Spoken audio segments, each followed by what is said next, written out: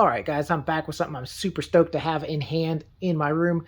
It is this Battletoads General Slaughter figure. This is the largest action figure I've ever purchased, the largest one I've ever put my hands on or seen in person. It's possible there's one or two out there in the world that are bigger, but as far as an articulated figure, easily the biggest thing I have or probably will have. I'm very excited to take a look at it. This box alone is right about 23 inches tall. Pretty massive. Let's take a look. All right, I want to take a look at the box here as best we can. Here's the back of the box. Pictures of the 3 different head sculpts he comes with, kind of the standard snarling face, a really snarling face, and a like a battle-damaged face. Just have the Battletoads logo. On the side here, we have a cross-sell of the General Slaughter, General Vermin, Rat Bones, Rash, Zitz, Porcapig. And then on this side, kind of some of the sprites, different pictures of him from the game. All right, let's crack it open. All right, and here we have a look at him out of his box for the first time. I just want to show you about how tall he stands.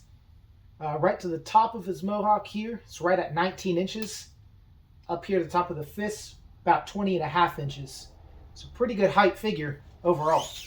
And in the way of accessories, what we have packaged with the figure is one extra set of hands, which is kind of like an open style hand here.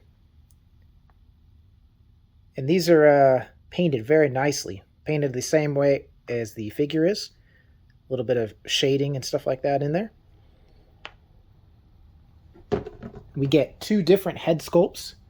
We have kind of this a little bit more snarling and drooling head sculpt here. Just super awesome.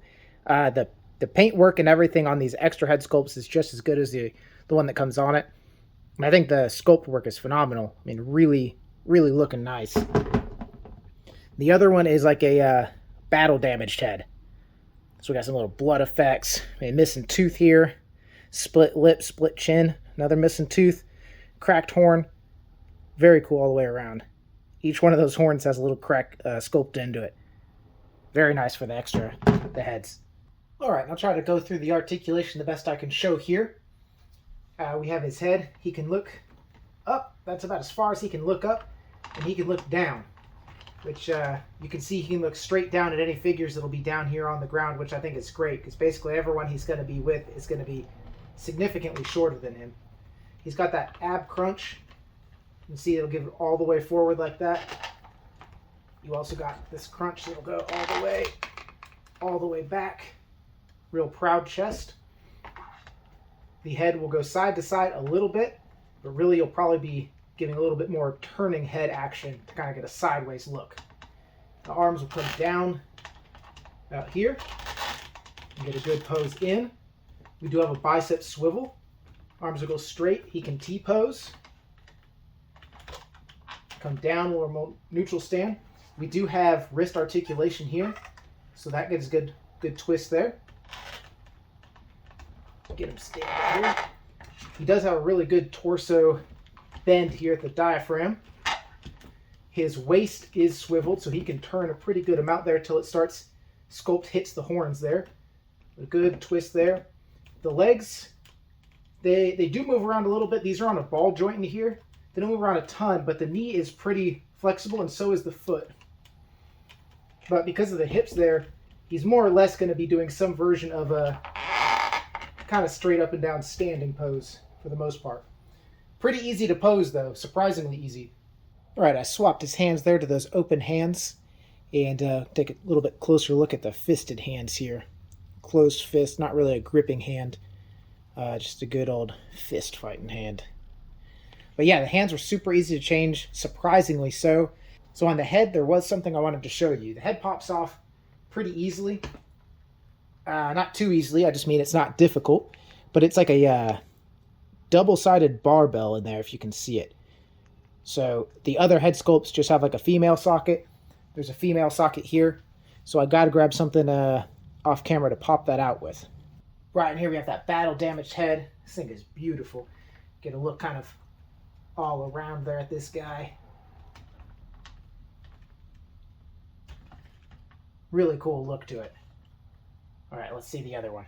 Right, and here's a look at that snarling head here. I think it looks really good too. get him in different poses. Looking at that snarling head. All right, now for my favorite time of video, any videos I watch, is the scale comparison. On his hand there, we have Frieza from the Dragon Star series and one of the Mythic Legion skeletons. Give you an idea of some kind of 5-6 inch figures there. Totally dwarfed by this guy.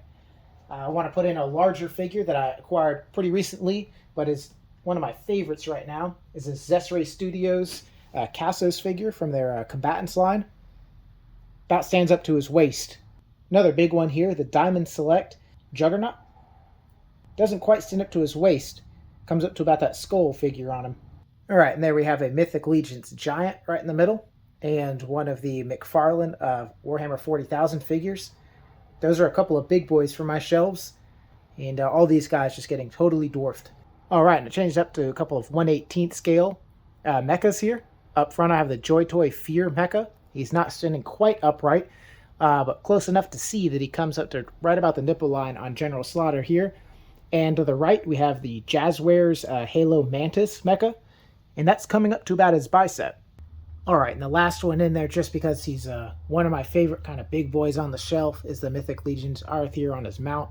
These ones stand out on the shelf for the Mythic Legions for me, these mounted figures, and just still look so small compared to them. I know they're not in the same kind of universe or anything like that, but it's interesting to see.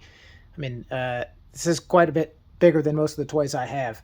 Super awesome shelf presence.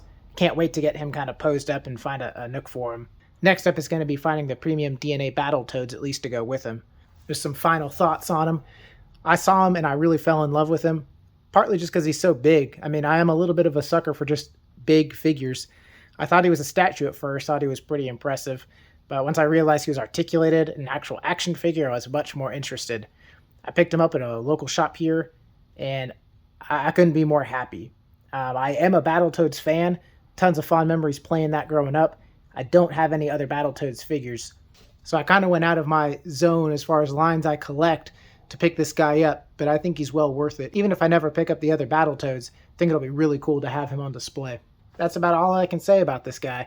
I really like him, I'm glad I bought him, and he looks really cool up on the shelf. Alright, you guys have a good one. Thank you.